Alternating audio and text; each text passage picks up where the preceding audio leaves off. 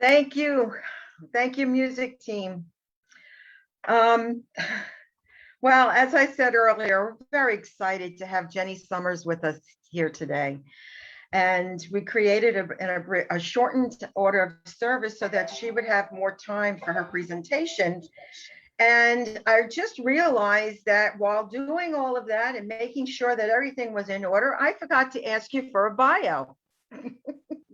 So I need to introduce you, and I don't know what to say other than this is Jenny Summers, who joined us at the crack of dawn from California to share her story. And if you'd like to, let us know a little about who you are before you start, that would be great. No? Okay, then go for it. Thank you. So it's my great honor and privilege, and I'm so grateful to be able to introduce Jenny Summers. Thank you. All right. Well, this happens to be my favorite thing to talk about, so I hope I can not keep going on and on. Well, when I was 15 years old, I was asked by a friend if I would go to a summer camp. And I was thrilled to go to a summer camp. I was like, yes, I'm going to go. And she calls me up the night before and she says, don't forget to bring your Bible. And I'm like, why would I bring a Bible? And she's like, it's a Christian camp. And I'm like, now you tell me it's a Christian camp, And I was sitting there, I went to Catholic school. I did my time. It's summer. You want me to go to a Christian camp? So I was not a happy camper. And so I went to this camp, and it was so different than my Catholic upbringing. And they were talking about God like he was alive now. And it was, to my mind, at that time, again, I was 15, this was 1977. And I'm thinking, God is alive now? You mean I don't have to die first? And it was just a weird way for me to start shifting my mind during that time. And I was having a lot of experiences, but I won't go into those, just pre-near-death experience. But I was already starting to open my mind to God, and realized I never thought of God, and to know that he was alive was just mind-blowing to me. And so at the very last night of camp, the girls decided they wanted to sneak out and go down. We were in a girls' camp and there was a boys' camp, and they were going to meet the boys down at the lake, in Lake Geneva. I lived in Illinois, and I went to a Lake Geneva, Wisconsin, some Christian camp there. So I wanted to be cool. I was 15, they were 17, and they wanted to meet the boys. I'm like, yeah, I'll go. And so we snuck out of the window. Some of the veteran camp goers were telling me that if we snuck through the counselor grounds, we would be able to get to the lake quicker. So we decided to do that. And of course, we were spotted. The counselors were outside making sure people weren't doing what we were doing. And the flash bulb light scanned across us, and we just freaked out. We just ran. And I ran into a building under construction on site there. And so as I was running into the building, it was just 2x4s. I thought this was a bad plan because I don't have much shelter here. And I saw this shadow. I thought it was another girl right on the edge of a darker place in the building. And I thought, well, at least that looks like it has more cover. So I ran towards that shadow. And as I ran towards it, it ran and continued into the building. So I just hightailed it right behind the shadow. And next thing I know, I hit a metal heating duct. I didn't know it was that, but it made a very loud sound. And I thought, I hit it because I couldn't see it. I hit it and I bounced back, and I thought, oh no, I'm going to get caught now. And I put my hands back to soften the blow. And I just remember thinking, where's the ground?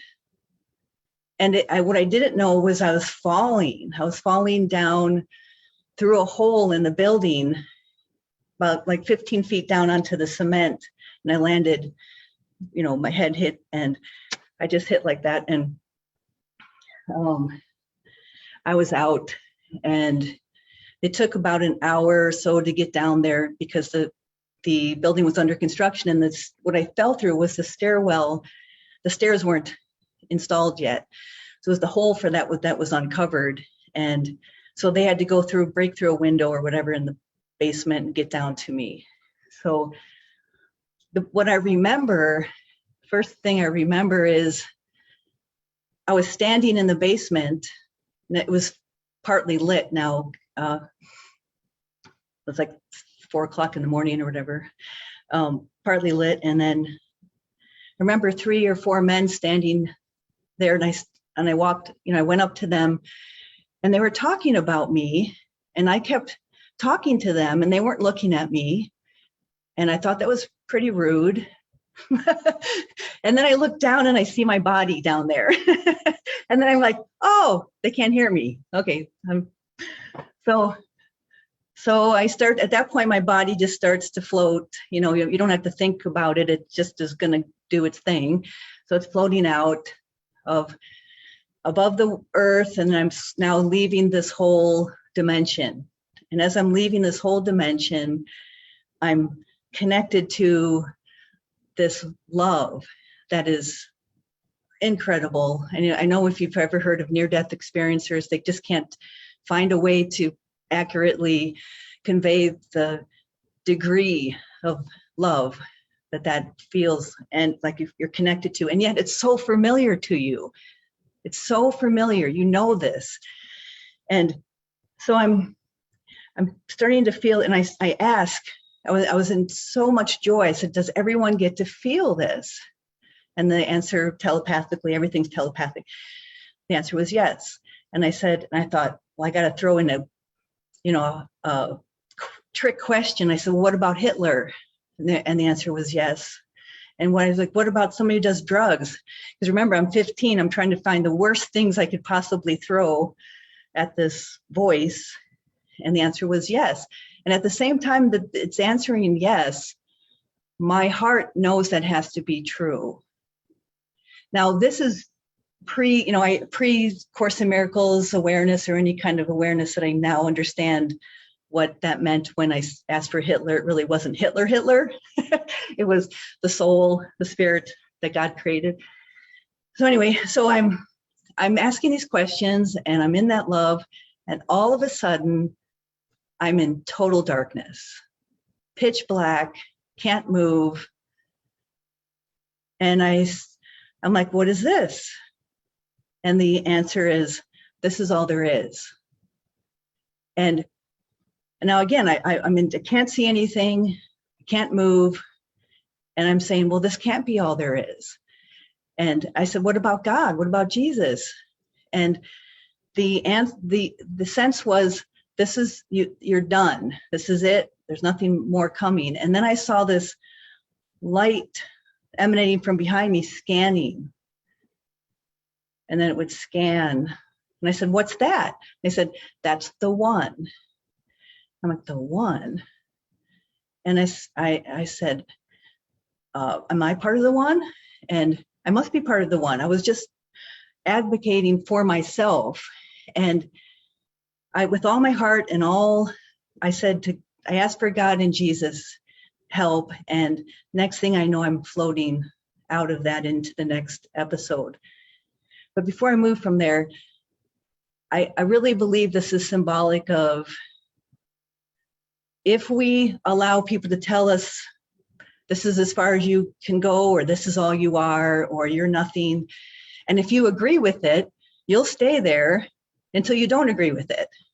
You'll stay stuck until you ask for help or get out of it. So I think that has a lot to do with the importance of knowing your truth. So then I moved into another episode where now I'm seeing people, we're kind of floating like ghosts, really. You have a ghostly kind of image of yourself, but it's very obvious in this particular place that your physicality, your body, is the least important. And what's important is your thoughts. And again, the contrast to the way the earth, how we are here, everything's about our body. Everything is, what does it look like, our health, feeding it, taking care of it. Everything is very body centric. And over on that side, it's the least thing that's important. It's more like a location device, like you're here, I'm here. And so as I got into this rock room, it was just solid rock from ceiling to floor, walls, no way out. I'm looking around, and I could tell by like you're still connected to people. I could tell that they've been there a very long time. And I said, well, how do you get out of here? And on one wall, there was like a orangish, reddish, fire looking, not solid looking, but you couldn't see through it. So it was just kind of moving like that. And then in the center of that wall, moving in a fast circle, was just like this motion in a circle. And I said, well, this seems to be the only way out. And they said, yeah, but you will die if you go through there. And so I feel like, I said, well, they said that they never see anybody come back through there. So that's why they're assuming you die. So I'm now in this position where I'm thinking, either I can stay with what I know, I could feel safe, the devil I know is right here in this room, or I can chance going through the unknown. And so I did decide to go through that space. So I just did kind of like a Superman tilt. I figured it's better do it fast if it's going to hurt, like taking a bandage off, just bing. So I went through, and literally it was nothing. It was like just air. That's it. And on the other side now, I'm with Jesus, and I have him on the left here, and it's just, again, it's all connection and telepathy. So there's no need to look to know he's there.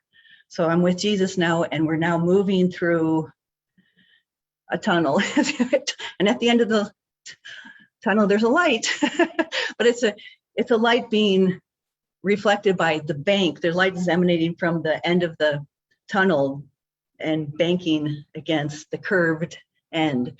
So I know that there's something, the source of that light is around the curve there. So we're moving down by thought, we're propelled by thought, moving down the tunnel.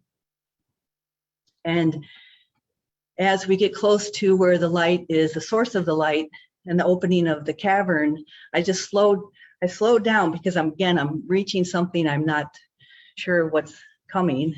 And I look through this opening into this large cavern, and this well-lit large cavern has monsters, huge, gigantic monsters in there. And I was like, this is where I think I'm going to stay, right here, in this hallway of sorts.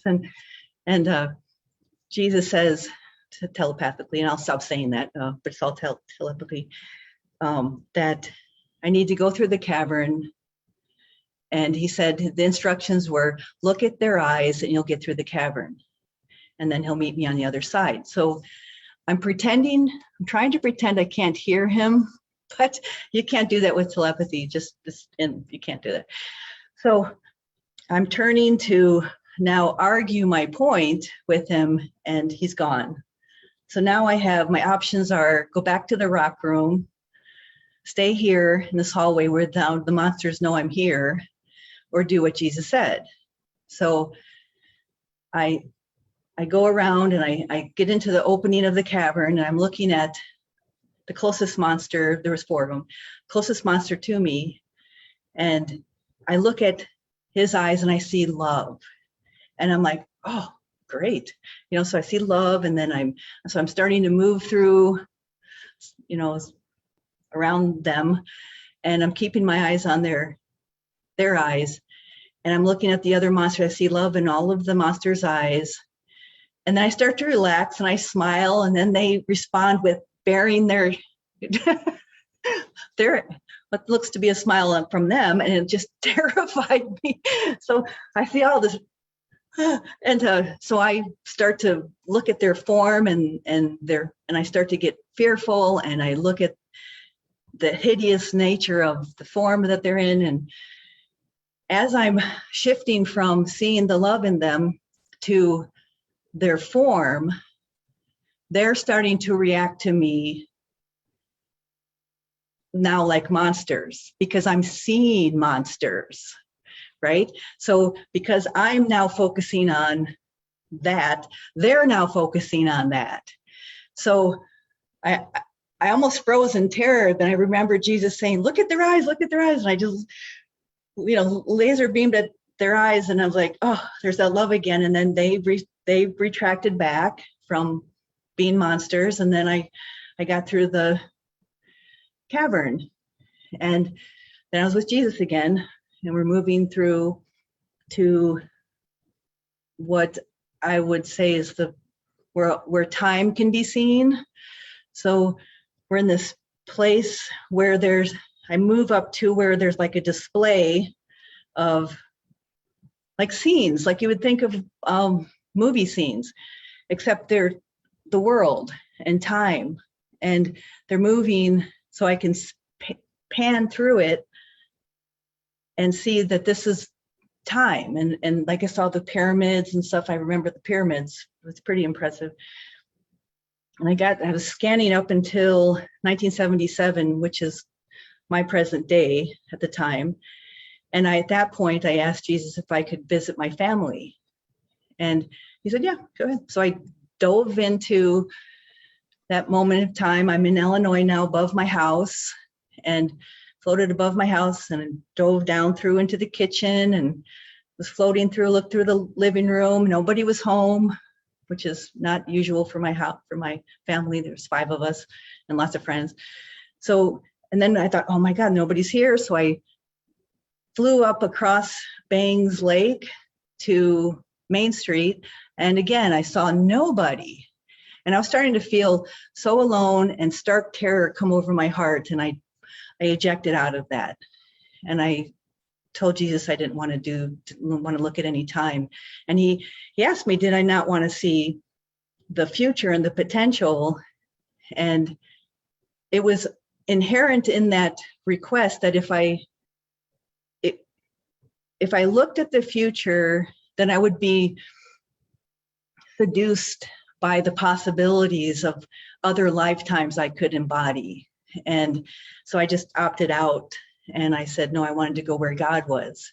And again, I think that drive to be with God came from the fact that I went to this Christian camp and just found out that God was alive, accessible now. So I was like on search for God. I was like, I need to get to God. I need to keep going.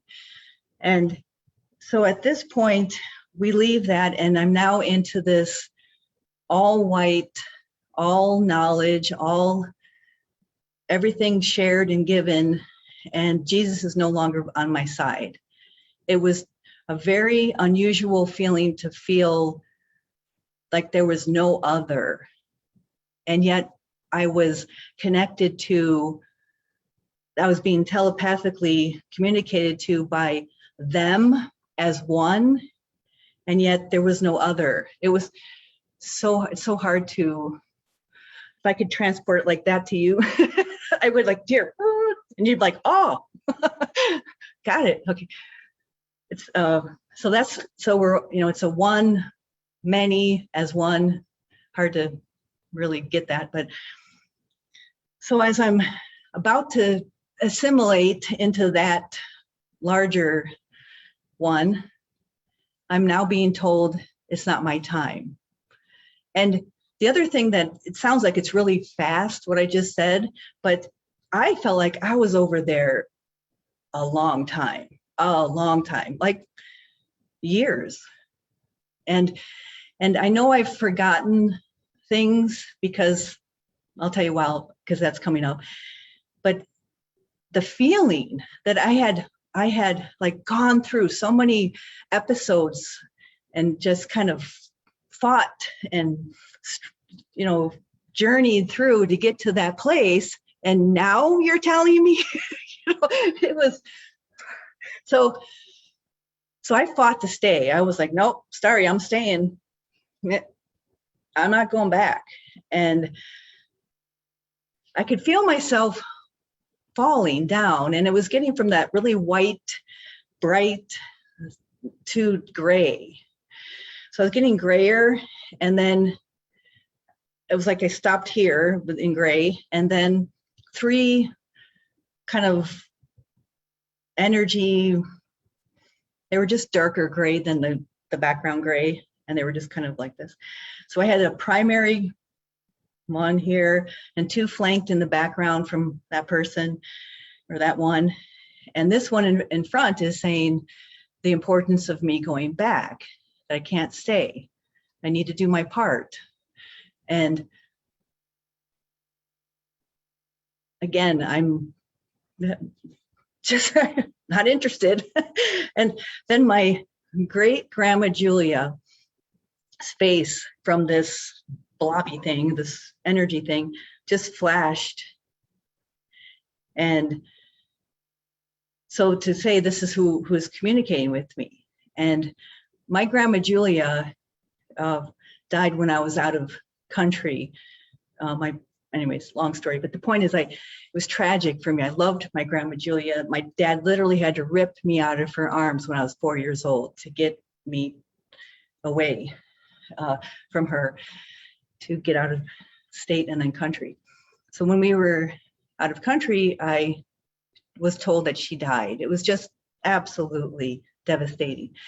So now she's flashing her face, and I'm thinking, well, you're going about this wrong, because why would I leave now again? So the next thing I know, I'm with Jesus. So I did get the sense I was with the principal. She's not leaving. And Jesus is saying, okay, you don't have to go back. And I'm like, great, finally somebody's listening to me. And so he now ushers me towards this room, in this white room, nothing in it, all white. I move into the room, I turn around and he's leaving, and I'm like, well, wait, what do I do here? He goes, well, you can stay here. And I said, well, for how long? And again, you have no idea of time, 0. So I don't know, is it going to feel like this, or is it going to feel like this? I mean, so I said, well, wait, what was that about? Okay, so if I did go back, so I'm starting to open my mind to listening to him. And he's like, well, so I'm now left that room, and he restored to my mind the parable of the lost sheep.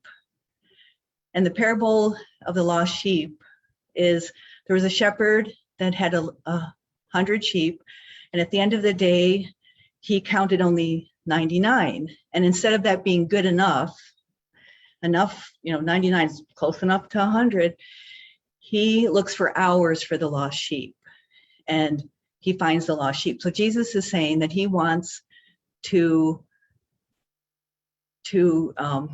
communicate and to collect 100%. And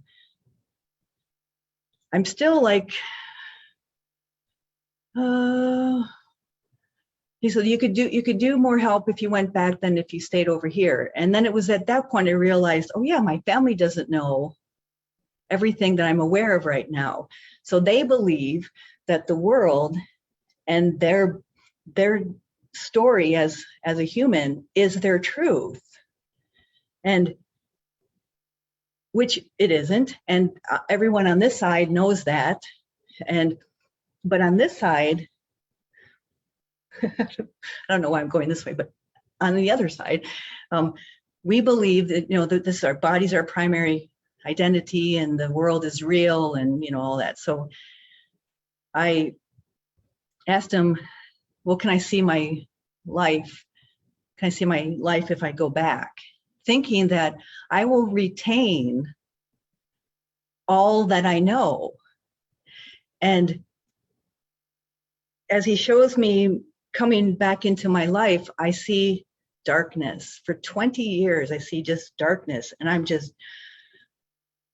see a bright line at the end of the 20 years, but I'm like, why, what's going on? He says, well, you'll be able to relate to your brothers better, brothers meaning all, if you go through this darkness. And then I said, well, what's that bright light? He says, that's when you remember I'm with you, even though I'm with you the entire time. And when I saw that I would remember him and this, after 20 years, I was open to going back, because knowing very well this was our reality, no matter what, going back and then remembering was important. I knew I'd forget something. I got to go back a little bit more. When I was told that I needed to go back and I was starting to fall from the all-knowing and all-given, I grabbed stuff from about my family. Like, this is going to sound weird, but it's reminded me of like being in a fine hotel and you go get the shampoo and the soap because you're like, I got to remember something from here. So I'm reaching in my mind to grab something about my family, knowing very well I'm starting to lose that knowledge, and I'm like stealing it from heaven, right? And they're like, you're going to not be able to remember that, or not, you can't take that back with you. And I thought that was a challenge, not like you shouldn't take it back. So I'm like, well, I'm going to take it back. So that's important, because the very first thing that I do when I wake up on the earth side of things, I'm in a coma, and I wake up from the coma. I see my mom coming into the hospital room. I guess she was on a smoke break. And I look at her and I say, Mom, you're going to die in 2 years, with great glee, because remember, I fought to stay over there. You're going to die in 2 years, and Teresa's going to be with you, but she's not going to cross over. And Phil, he's going to kill somebody, and Colleen, she's going to be the first to have a baby. And I just went through it and then passed out. And then I'd wake up again. Mom, you're going to die in 2 years. And Teresa's going to be with you, but she's not going to cross over. So I just go through over and over and over everything I could remember that I saw. And again, I'm not thinking at all what that must sound like to her, because my mind had already changed to what I knew to be true, which was no one dies. And she gets to go over in 2 years, which I thought I was giving her like the lottery ticket, And so I wasn't registering why she wasn't happy when I was telling her that. So as I would wake up and retell, she would say, Jenny, the more you're forgetting more and more as you retell it. So as I'd wake up and I was starting to fade what I was remembering. And then, so fast forward to, I'm out of the hospital, and she's in the kitchen. She has a Raymond Moody book, the Life After Life book. And I'll never forget this because it was so shocking when she said this. She looks up from the book and she says, tell me again about me dying in 2 years. And I had no memory. Not only was I shocked and disturbed that she said that, but I was adamant I never said that. Mom, I never said that. Yes, you did. No, Mom, why would I say that? It was gone. And it wasn't until she died 2 years later, and about 6 months after that, I'm driving home from work, and all I can tell you about my mind was I was just driving home. I was kind of in that hypnotic, peaceful place that happens when you drive sometimes, and I felt like it was downloaded into my mind. It's like something flew over and dropped it into my mind. And then I saw all of the scenes, me waking up, Mom, you're going to die in 2 years. And I went through all of it. And then I'm like, oh, I did tell her that. Why would I tell her that? That's what was another thought. I thought, like, why would I do that to her? And I'm like, oh, thank God she didn't. Thank God I didn't remember. Otherwise she'd be like, You know, okay, that's another year down. And so that was that was it. Oh, and then the 20 years later thing was, I mean, I did remember some things. I remembered that we didn't die, but you know, the basics of, and the feeling of love. I never lost that. And the things I've written in the book, that I have a book that I'm willing to send anybody that if they want to send me $5 for postage. It's called Holy Shift. And I self-published it. I designed it. I'm a graphic designer, so it's easy for me to do. And it goes in great detail about that. This is my mom. And then the majority of the book, so this is the near-death part. And then the majority of the book is dedicated to 20 years later, what are called after effects, that, you know, I was able to get like messages come through. And I called after effects because the IANS, the International Association of Near-Death Studies, has found that people that have had near death, have crossed over and come back, have like paranormal ability. They're not paranormal, they're just our ability to, our minds are so fantastic and incredible and powerful, and we have forgotten that or don't allow that to be, or whatever, however it works. And so I was getting messages starting 20 years after my near-death experience. And, and it took me a year and a half to realize, wait, when was the 20-year mark? And then I went right back to the first message, and I was like, why didn't I ever look for that? I would always tell people, you know, everybody gets to go there. And my friends would say, and I'd say, even Hitler, like, well, I don't want to go there if Hitler gets to go there. And I'm like, okay, it's not like that. I didn't have any capacity to articulate what I experienced. And then A Course in Miracles came through in 1985 in my life. And I opened that book, the blue book. I opened it, somebody handed it to me, I opened it up just somewhere. I read a couple lines and I went, this is Jesus speaking. And they're like, I said, who wrote this? They said, Helen channeled Jesus. I'm like, who's Helen and what's channeling? And I'm like, oh my God, this is Jesus. This is Jesus speaking. And I could recognize it like you would recognize, you know, your mother's voice, you know. So anyway, so now I'm going to share my screen. And then do something here. Let's see if I can do this. Share the screen right there. Okay.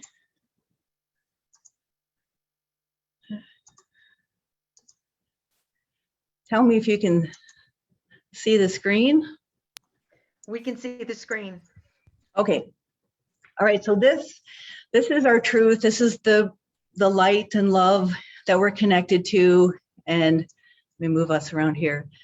And people fight to stay in this place. I'm not the first one. But what we find is that this is our truth. We find that we're in bodies.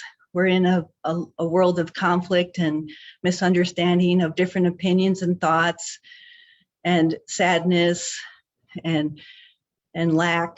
And we find that this is what we believe our truth is. And in truth,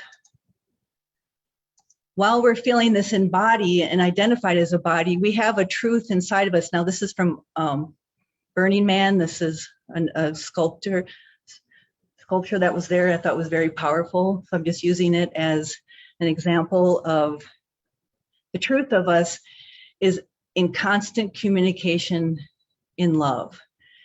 And if we tap into that part of us, and the Course in Miracles says we're like children in our understanding. So I just found it a very powerful visual that I'm using. So if we leave from the body identified, the ego identified self that has to defend, into the awareness that what we really have and share is the love that exists, our truth. And in reality, it's not even a body, right? We're light. So we're the energy of light. So I thought that would be important to, like the Course in Miracles will say, this is wrong-minded thinking. right-minded thinking, and this would be the observer, because it's neither anybody. It's just outside of time and space. It's never affected. Okay, and so the other thing I wanted to share was this. If you're not familiar with the course, let's see, ACIM.org. Let's start from the beginning. Whoops, sorry. That's later. Okay, ACIM.org. If you go to this site, I got to get to the very base of it first. Okay, and at the bottom of this, I'm not sure everybody's aware of this, but at the bottom of this site, there is the web edition right here. So the entire Course in Miracles is online, so you could reach it from your phone or wherever you're at. And it has all of the text and workbook. You can search for something like God did not create the world, let's say, and it'll give you hits on that. You can click on there and it'll go right to it. Forgive the world and you will understand that everything that God created cannot have an end, and nothing he did not create is real. It's a very powerful tool. And one of my favorite things is if you scroll down, you get the daily lesson. This is now lesson 234. And what I like about this is it has an audio. It's the only part of the website that has an audio. I'll just play just a second of it so you can hear Lesson it. 234. Father, today I am your son again.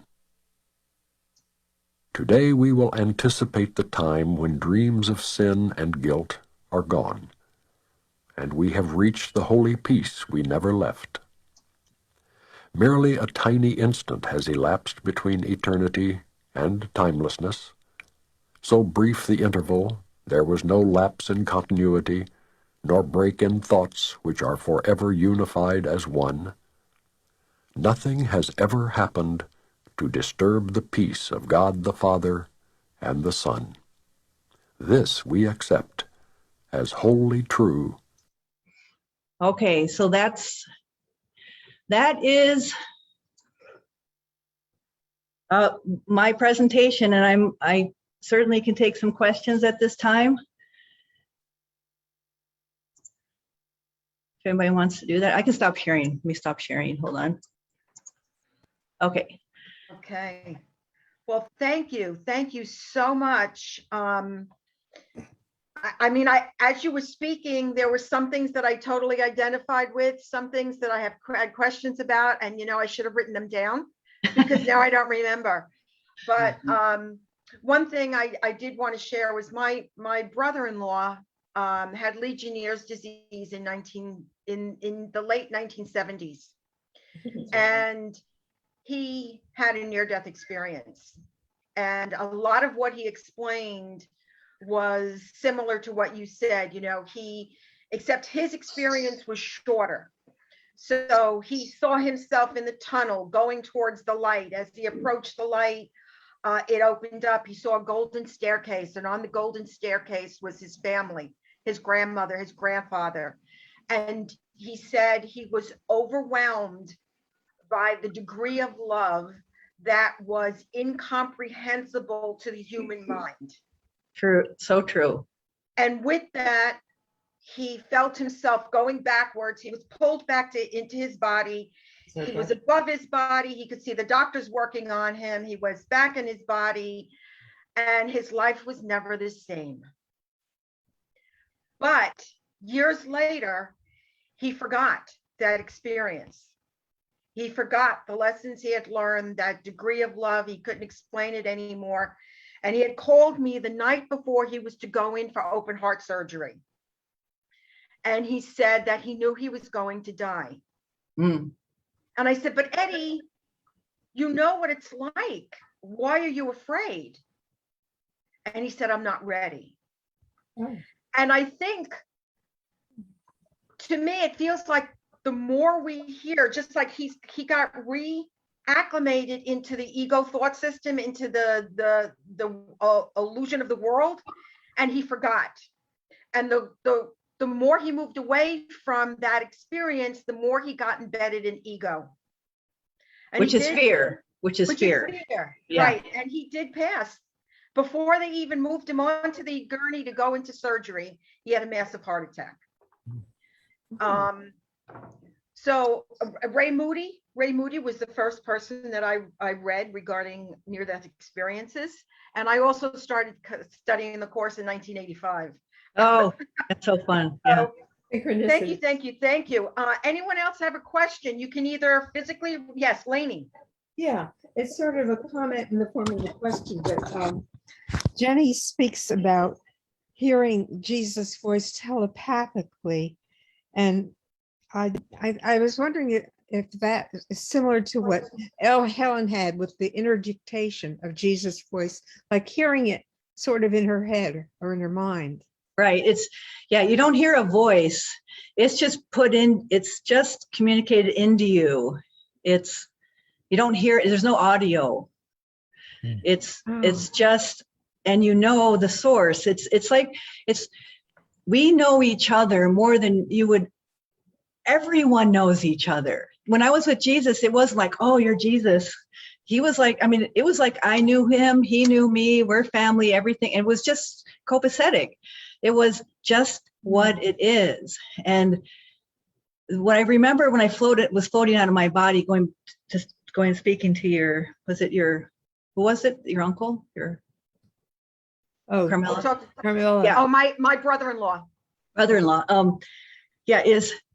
I was astounded what I didn't lose.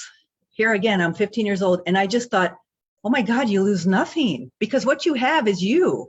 It's not your body that's you.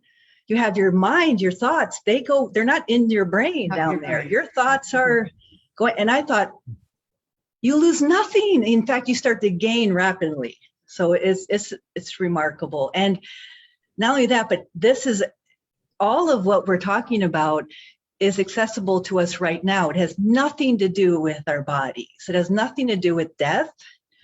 It's just that at some point, death just stops that game, that realm that you're in.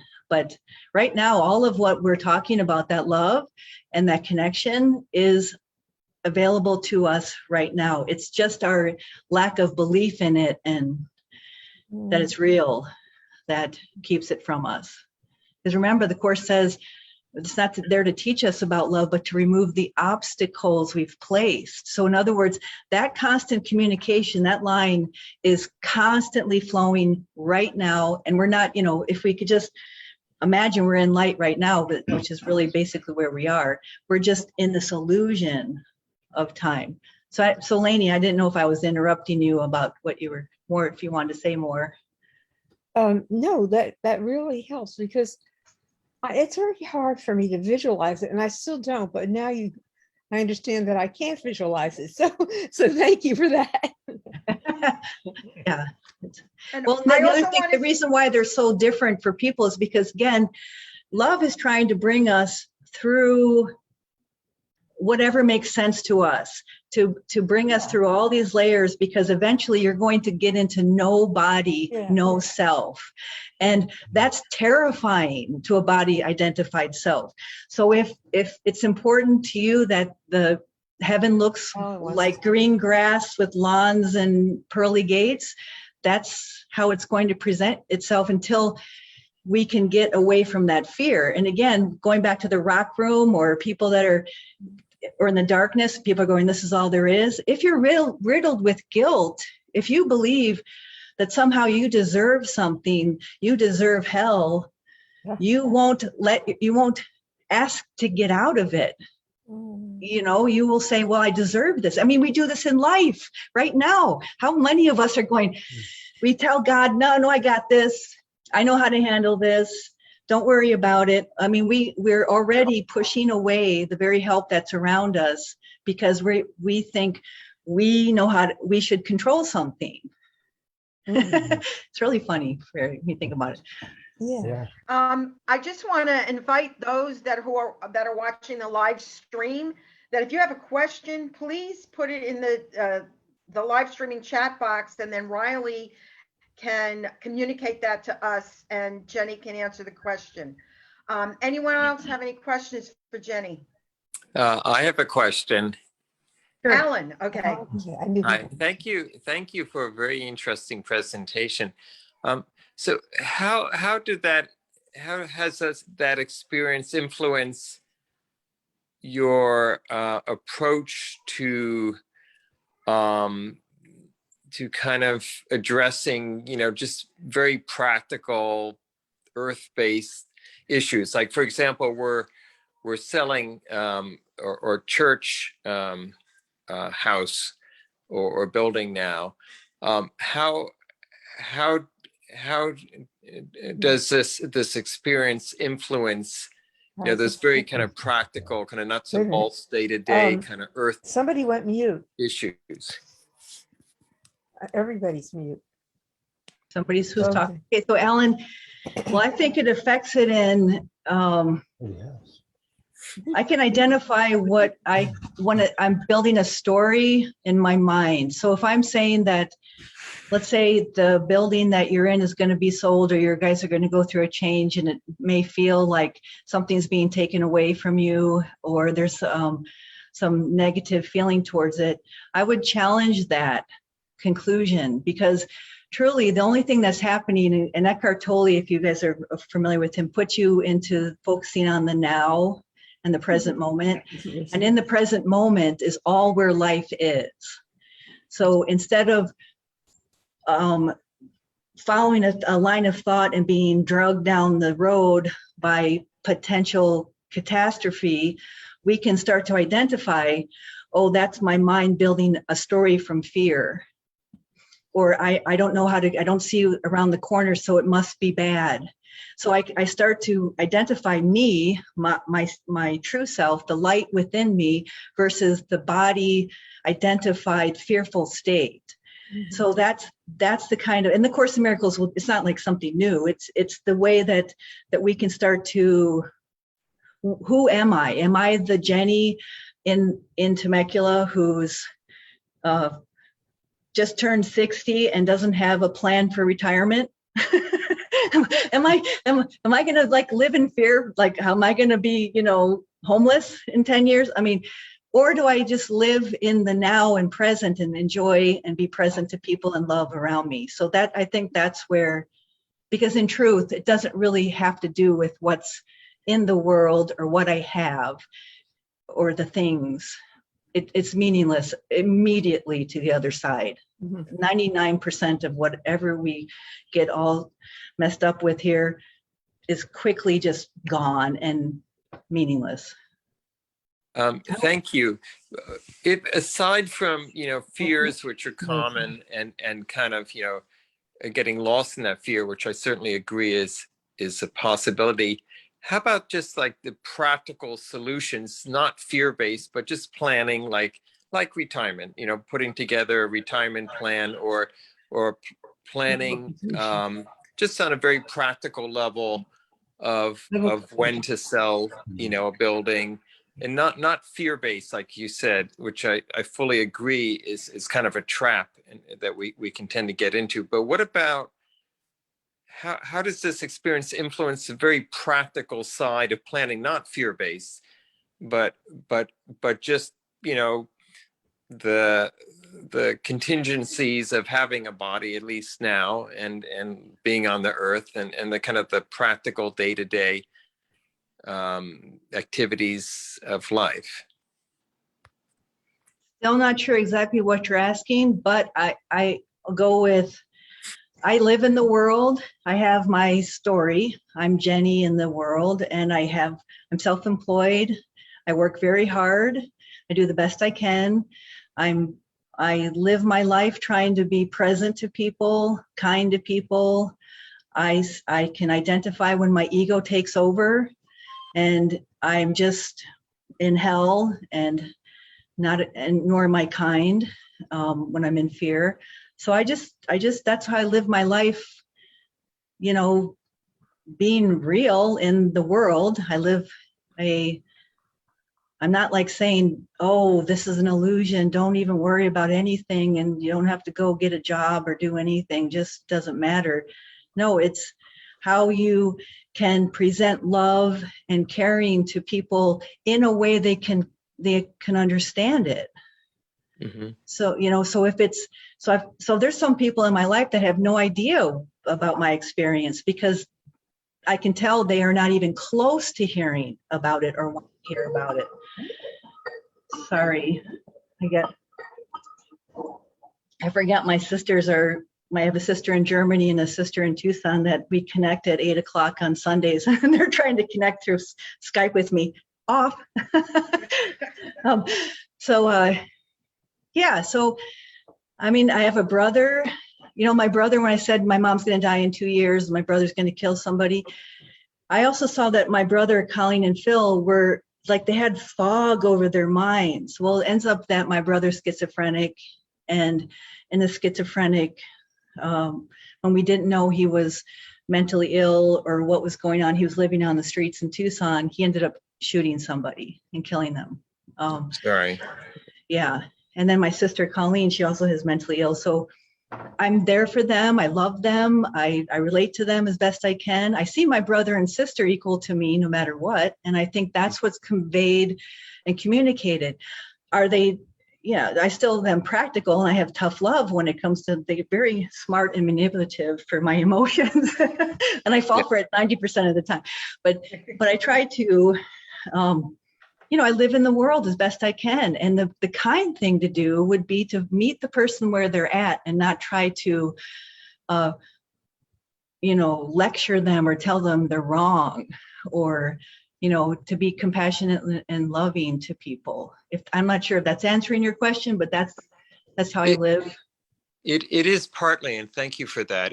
So it's something I certainly struggle with of, you know, because the message was, you have work to do, is to come back. Do my part. Yeah. Do my part.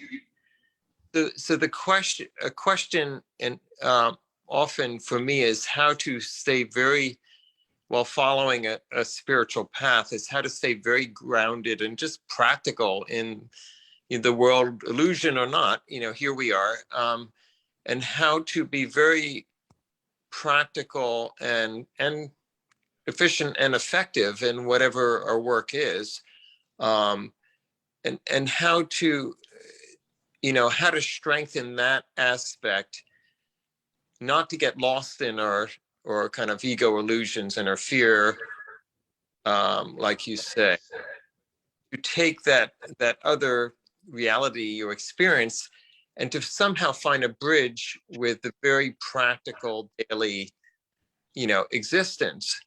And so for me, it's an open question of how to do that effectively. And certainly I agree with you of not getting lost in fear-based, which we all tend to do. But it seems to me there's also a danger of not bridging that gap. Does that make sense? So between these kind of two worlds, and so it's an open question for me, basically. All right, thank you, Alan. We're going to take one more question. I have a question. Okay.